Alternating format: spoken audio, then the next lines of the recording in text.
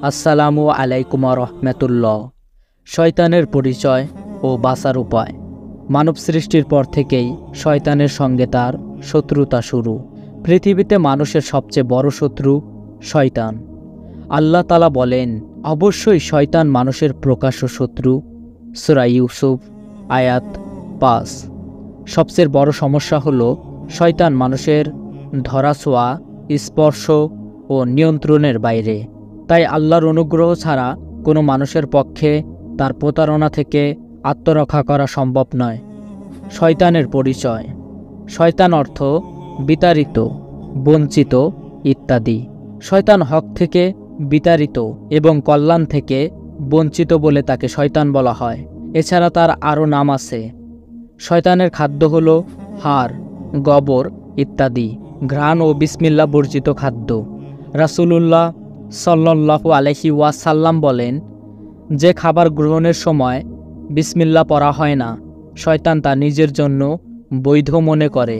তার পানীয় হলো মদ, শিকারের ফাঁদ হলো নারী, বার্তাবাহক হলো গণক, কিতাব হলো অশ্লীল কল্পিত গ্রন্থাবলী, কথা হলো মিথ্যা, মুয়াজ্জিন হলো বাঁশি, বাদ্যযন্ত্র উপাসনালয় হলো বাজার।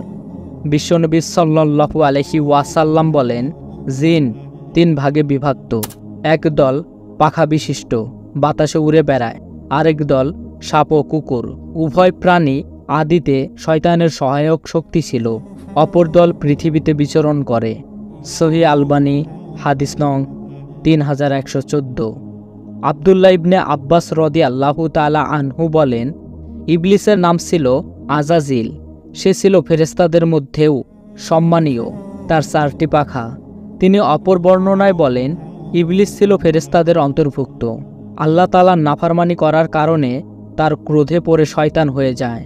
আবু যায়েদ, হাসান, কাতাদা বলেন, ইবলিস জিন জাতির আদি পিতা। যেমন আদম আলাইহিস সালাম মানব জাতির আদি পিতা, তবে সে ফেরেশতা নয়। গ্রিক ভাষায় তার নাম আজাজিল আর আরবি ভাষায় হারিস। তাফসিরে কুরতুবী। শয়তানের অপরাধ। শয়তানের প্রথম ও প্রধান অপরাধ হল আদম আলাইহিস সালামকে সিজদা না করা। আদম আলাইহিস সালামকে সৃষ্টির সূচনা লগ্ন থেকেই সে হিংসা করে আসছে এবং মানবজাতির ধ্বংস কামনা করত। তাফসিরে কুরতুবী। পৃথিবীতে মানবজাতির আগমনের পরও তার হিংসা ক্রোধে পরিণত হয় এবং মানুষকে বিপদগামী করাই তার একমাত্র কাজ। শয়তানের আবেদন। আল্লাহ যখন শয়তানকে জান্নাত থেকে বের করে দেন, তখন সে 4টি বিষয়ে আবেদন করে। তা হলো, 1.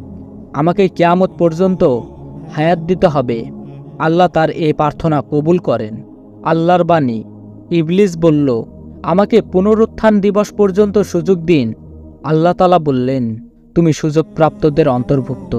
সূরা আরাফ আয়াত 15। 2. আমার জীবিকার ব্যবস্থা করতে হবে। এ আবেদনও কবুল করা হয়। 3. আমাকে মানুষের দৃষ্টিশক্তির অন্তরাল হওয়ার সুযোগ দিতে হবে। এটিও কবুল করা হলো। 4. আমি যেন মানব দেহের শিরা উপশিরায় চলাচল করতে পারি। এ দোয়াও কবুল করা হয়। নবীজি সাল্লাল্লাহু আলাইহি ওয়াসাল্লাম বলেন, অবশ্যই শয়তান আদম সন্তানের শিরা উপশিরায় বিচরণ করে। হাদিস সহিহ বুখারী হাদিস নং 1288। হাদিস সহিহ মুসলিম হাদিস নং 2174। শয়তানের চ্যালেঞ্জ। শয়তান মানুষকে পথভ্রষ্ট করার দৃঢ় প্রত্যয় ব্যক্ত করেছে।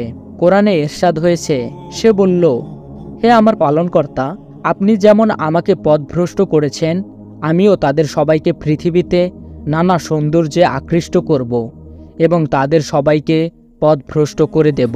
আপনার মনোনীত বান্দারা ছাড়া তাদের কোনো ক্ষতি আমি করতে পারবো না। সূরা হিজর আয়াত 39-40।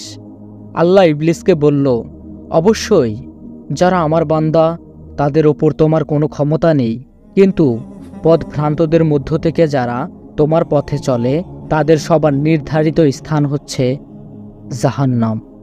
সূরা হিজর আয়াত 43-44।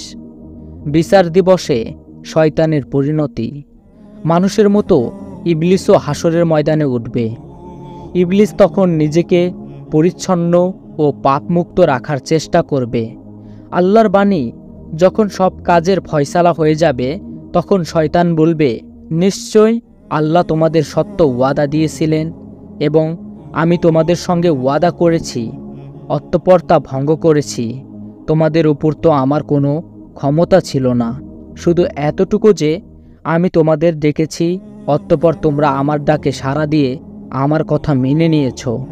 এখন তোমরা আমাকে লাঞ্ছনা করো না এবং নিজেরাই লাঞ্ছনা করো। সূরা ইব্রাহিম আয়াত 22। হে মহান আল্লাহ, আপনি আমাদেরকে শয়তানের ধোঁকা থেকে বাঁচার তৌফিক দান করুন, আমিন। আজ এই পর্যন্তই।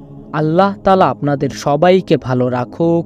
আরও এরকম সুন্দর সুন্দর ভিডিও দেখার জন্য চ্যানেলটি সাবস্ক্রাইব করে রাখুন। আর যারা ফেসবুক পেজ থেকে দেখছেন, পেজটি ফলো দিয়ে পাশে থাকুন। আসসালামু আলাইকুম।